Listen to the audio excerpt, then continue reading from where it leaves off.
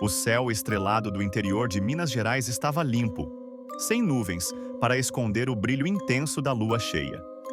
A estrada de terra sinuosa era cercada por um cerrado denso, onde as árvores retorcidas pareciam sussurrar entre si ao menor sopro de vento. O grupo avançava com cautela, pisando sobre folhas secas e galhos quebradiços. O calor do dia havia se dissipado, deixando para trás um frio cortante. Um silêncio estranho que fazia o coração bater mais rápido. Eles tinham pegado um atalho por uma trilha de fazenda, um caminho que ninguém do grupo reconhecia. Tinham certeza de que não haviam passado por ali antes. O medo começou a crescer como erva daninha dentro deles. A sensação de que estavam sendo observados era forte demais para ser ignorada. Algo na mata se movia, mas nunca rápido o suficiente para ser visto. Então veio o som. Um zumbido baixo, algo entre o som de um besouro e um farfalhar de asas grandes. "Vocês estão ouvindo isso?" perguntou Nicholas, parando no meio do caminho. Ana segurou firme a lanterna e olhou ao redor, os olhos arregalados. "Alguma coisa está voando aqui perto." O grupo ficou em silêncio, ouvindo a floresta respirar ao redor deles. Então o barulho se intensificou. Um som de asas pesadas cortando o vento vindo de cima. Sofia engoliu em seco, virando lentamente a cabeça para o alto. E foi então que viu. Na copa de uma árvore alta, algo pousou. Não era um pássaro, nem um morcego. Era uma coisa. Uma silhueta humanoide, mas grande demais para ser humana, com membros longos e magros. Seus olhos brilharam em um amarelo opaco quando foram atingidos pelo feixe de luz da lanterna. A pele parecia feita de sombras vivas, se misturando ao escuro da mata. O grito de Sofia cortou o silêncio da noite. Nicholas segurou o facão que carregava, mas nem teve tempo de pensar em reagir. A criatura se jogou da árvore, abrindo suas asas enormes, e avançou contra Sofia num movimento tão rápido que foi impossível reagir. A última coisa que eles viram foi Sofia sendo erguida do chão, suas pernas se debatendo no ar, enquanto o ser alado desaparecia com ela na escuridão da noite. Ana e Nicholas correram, os olhos desesperados, tentando acompanhar a criatura no céu. Mas em poucos segundos não havia mais nada, apenas o vento frio e um grito abafado que se perdeu na mata. O que foi isso? Nicholas mal conseguia respirar. Ana tremia dos pés à cabeça. Alguma coisa pegou a Sofia. Alguma coisa grande e com asas. Ana e Nicholas ficaram paralisados, ofegantes, tentando assimilar o que acabara de acontecer. O silêncio da floresta parecia zombar deles, como se a própria noite estivesse segurando o riso diante do horror que testemunharam. "A gente precisa encontrar a Sofia", Ana disse, a voz trêmula. "Como? Você viu aquilo?" Nicholas engoliu em seco, apertando o facão nas mãos. "Nem sei para onde foi." Ana girou a lanterna para todos os lados, o feixe tremendo junto com seus dedos. O chão estava revolvido, onde Sofia havia sido agarrada, como se algo de grande porte tivesse se impulsionado dali. Olhou para cima, tentando enxergar entre as copas das árvores, mas a lua parecia mais fraca agora, como se também estivesse assustada. Foi quando um som cortou a noite. Um uivo. Mas não era de lobo nem de cachorro. Era algo muito pior. Vinha de cima. Nicholas puxou Ana pelo braço e correu. Eles avançaram pela trilha sem olhar para trás, seus passos esmagando folhas secas e raízes expostas. Corriam sem direção, apenas tentando colocar distância entre eles e aquela coisa. Mas algo os acompanhava. O bater de asas voltou a soar, cada vez mais próximo. De repente, Ana tropeçou em algo e caiu no chão com um baque surdo. Nicholas parou de súbito e apontou a lanterna para ela. O coração quase parou ao ver no que Ana havia tropeçado. Era um pedaço de pano, a blusa de Sofia, e estava rasgada e manchada com algo escuro. "Ela tá viva", Ana sussurrou, pegando o tecido com as mãos trêmulas. Antes que pudessem reagir, o barulho das asas parou, e um novo som preencheu a floresta. Passos. Vindo na direção deles. Lentos, arrastados e cada vez mais próximos. Nicholas ergueu o facão. Ana engoliu em seco. O feixe da lanterna tremia enquanto apontava para o caminho adiante. Quem tá aí? Nicholas perguntou, sem esperar resposta. Mas a resposta veio, baixa, rouca e acompanhada de uma respiração pesada. Ela é minha... E então, da escuridão, algo saiu. A lanterna tremeu nas mãos de Ana quando o feixe de luz revelou a coisa que saiu da escuridão. Não era Sofia. Era algo que já tinha sido humano um dia, mas agora era apenas uma sombra distorcida do que restava da vida. Seu corpo era magro e encurvado, a pele acinzentada colada aos ossos. Seus olhos eram 2 buracos fundos, brilhando em amarelo como brasas apagadas. As asas, antes escondidas, se abriram lentamente, grandes, escuras e retorcidas, como se fossem feitas de couro podre. E na mão daquela criatura, pendendo como um boneco quebrado, estava Sofia. Seu corpo estava imóvel, mas seus olhos ainda estavam abertos, arregalados em puro terror, e sua boca se movia sem emitir som algum, como se estivesse tentando gritar, mas sem forças para fazê-lo. Sofia! Ana gritou correndo para a frente. Nicholas tentou segurá-la, mas era tarde demais. A criatura ergueu Sofia no ar, como se quisesse exibi-la. Então, sua boca se abriu, e abriu, e abriu, muito mais do que qualquer boca deveria ser capaz. E então, Sofia foi sugada para dentro. Seu corpo se desfez em sombras, se dissolvendo em um turbilhão de escuridão que a criatura engoliu como se fosse fumaça. Não havia mais Sofia. O silêncio se instalou.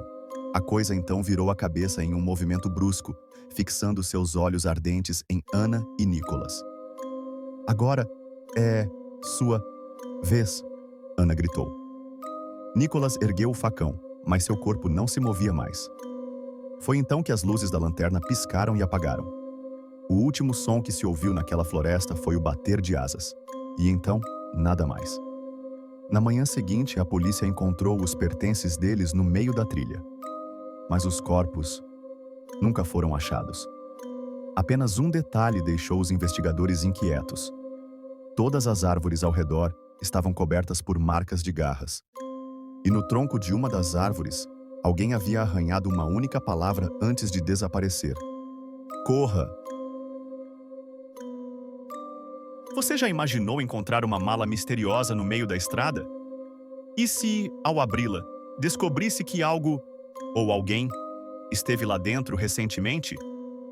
Essa é a história de Daniel, um homem comum que viu sua vida virar um verdadeiro pesadelo depois de cruzar o caminho dessa mala enigmática. O que ele encontrou dentro dela desafiou a lógica e o levou a um terror sem explicação. Prepare-se para uma história arrepiante que vai te deixar com medo de olhar para qualquer mala abandonada novamente. Daniel dirigia pela estrada deserta a caminho da casa de campo de sua família.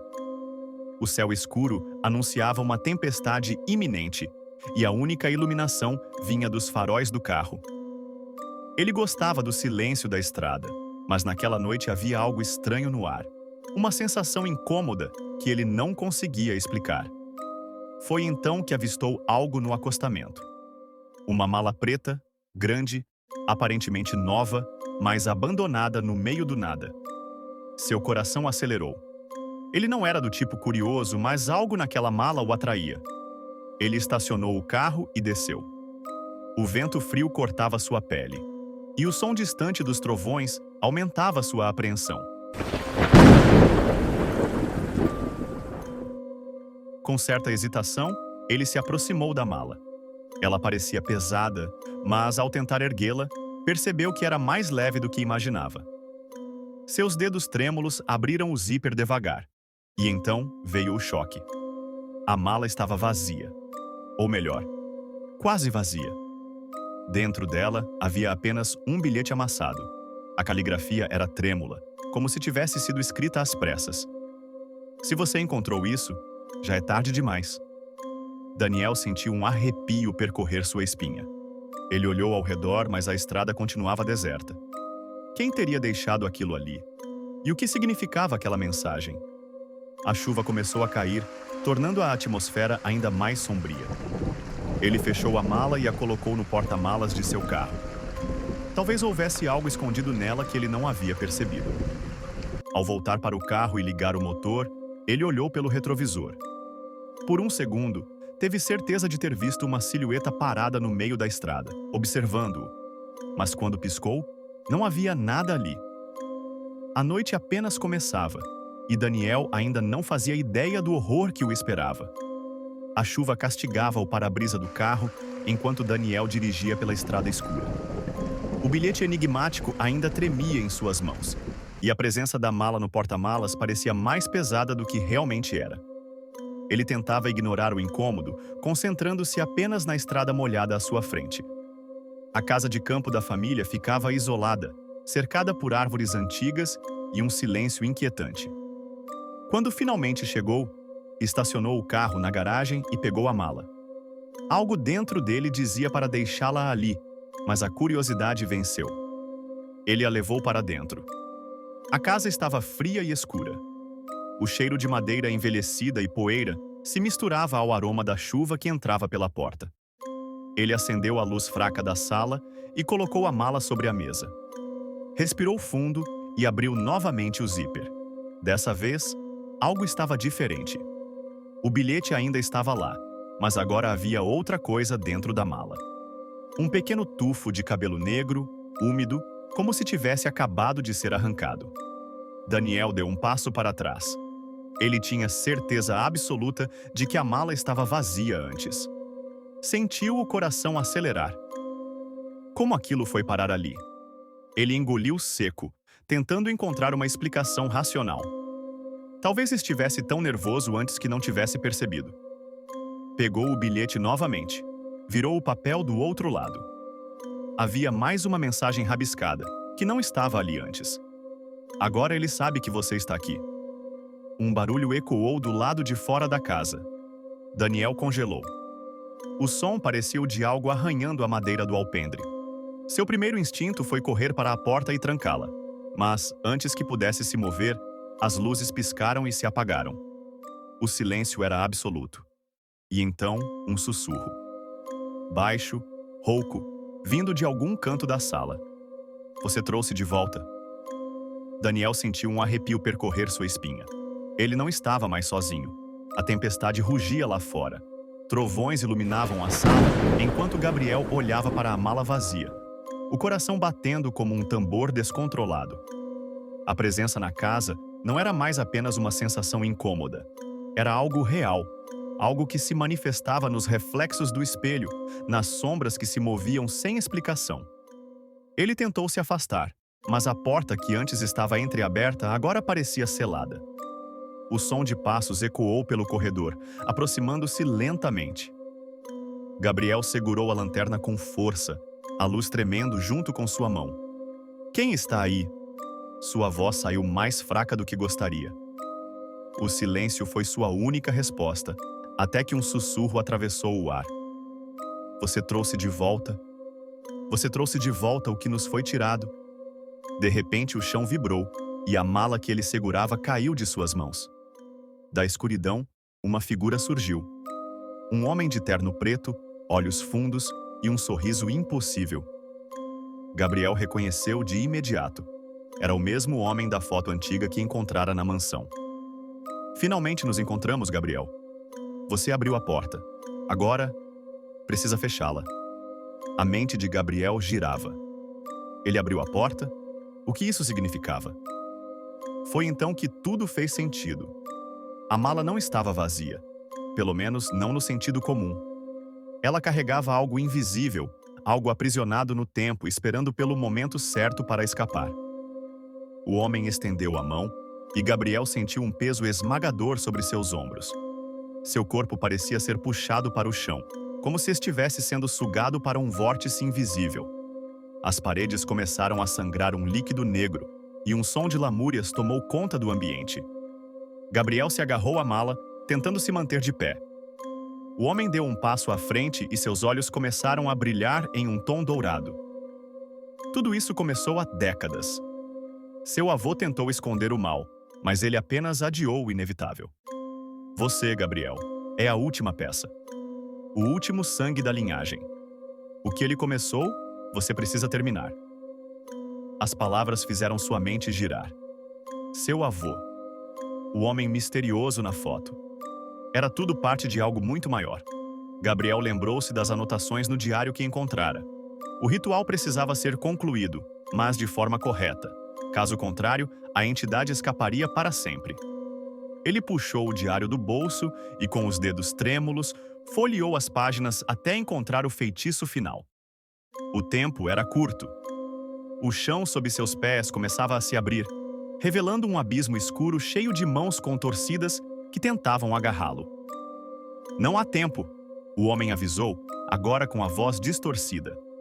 Ou você sela a passagem, ou será arrastado junto com eles.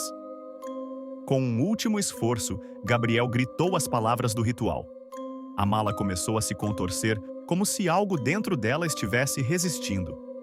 Uma força invisível tentou arrancá-la de suas mãos, mas ele segurou firme. A escuridão se ergueu ao seu redor, girando em espirais enquanto a entidade emitia um grito ensurdecedor. A casa tremeu como se fosse desabar. O ritual estava funcionando. A entidade se debatia cada vez mais fraca. O homem misterioso olhou para Gabriel com algo que parecia... gratidão. Você fez o que eu não pude. Agora, termine isso. As palavras finais do ritual saíram da boca de Gabriel como um rugido. A mala brilhou em um tom azul violáceo e, com um estrondo, a entidade foi sugada para dentro dela. O abismo no chão se fechou instantaneamente e o silêncio tomou conta da casa. O homem misterioso sorriu. Seus olhos dourados começaram a apagar e ele deu um último aceno antes de se dissolver no ar. Gabriel caiu de joelhos, ofegante.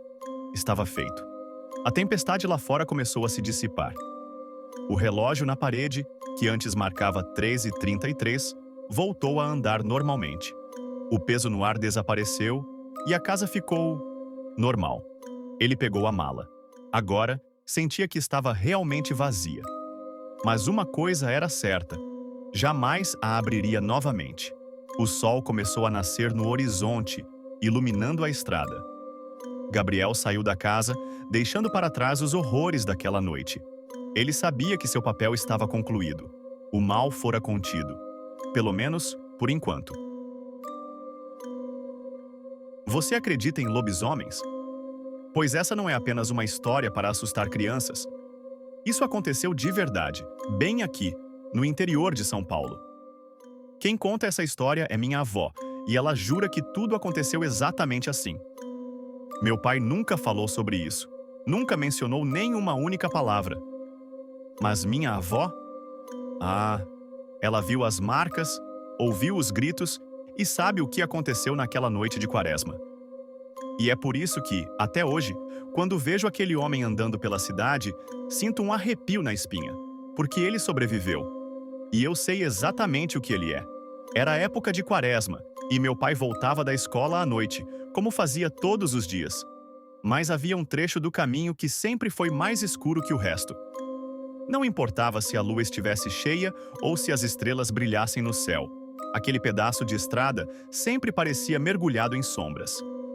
Ali, bem naquele ponto, existia um mata-burro, uma ponte feita de tábuas espaçadas, usada para impedir que animais grandes passassem de um lado para o outro. O problema é que, naquela noite, não era um animal comum que estava à espreita. Enquanto caminhava, meu pai ouviu algo no mato, um farfalhar estranho acompanhando seus passos. Ele parou. O barulho parou. Deu mais alguns passos. O barulho voltou. Foi então que percebeu. Ele não estava sozinho.